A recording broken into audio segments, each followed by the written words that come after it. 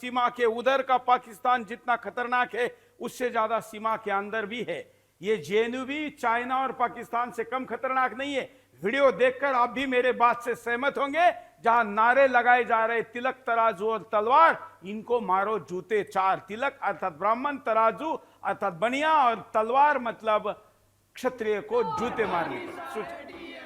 ब्राह्मण बनिया ठाकुर छोड़, बाकी सारे डीएस छोड़। तिलक तराजू और तलवार, इनको मारो जूते चार। तिलक तराजू, तिलक तराजू, तिलक तराजू और तलवार, इनको मारो, इनको मारो, इनको मारो जूते चार। ब्राह्मण बनिया ठाकुर छोड़, बाकी सारे डीएस छोड़। ब्राह्मण बनिया ठाकुर छोड़, बाकी सारे डीएस छोड़। तिलक तराजू और तलवार, इनको मारो जूते चार। तिलक तराजू, तिलक तराजू, तिलक तराजू और तलवार, इनको मारो, इनको मारो, इनको मारो जूते चार। ब्राह्मण बनिया ठाकुर छोड़, बाकी सारे डीएस छोड़। ब्राह्मण बनिया ठाकुर छोड़, बाकी सारे डीएस छोड़। तिलक तराजू। कि ये सब कुछ दिल्ली में हो रहा है, देश की राष्ट्रीय राजधानी में, जहां पर हर घर से अबलूत निकलेगा वाली बात निकली थी।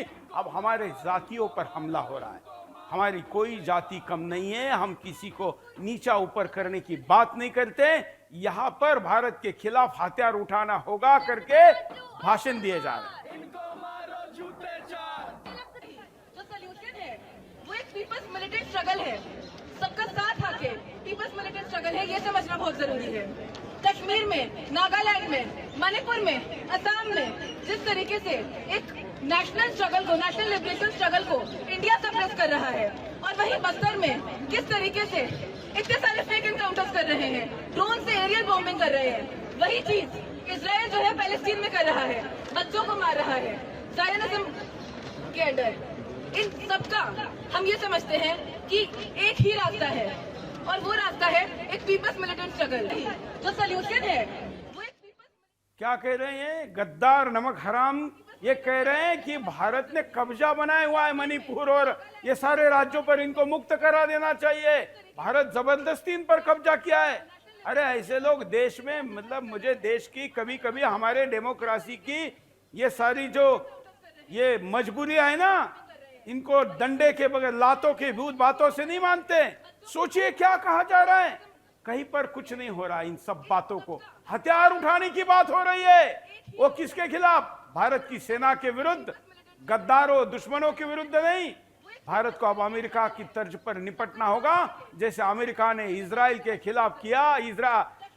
जैसे अमेरिका ने साथ दिया इजराइल का और हमास के खिलाफ किया, वैसे ही अब यहां पर भी करना होगा।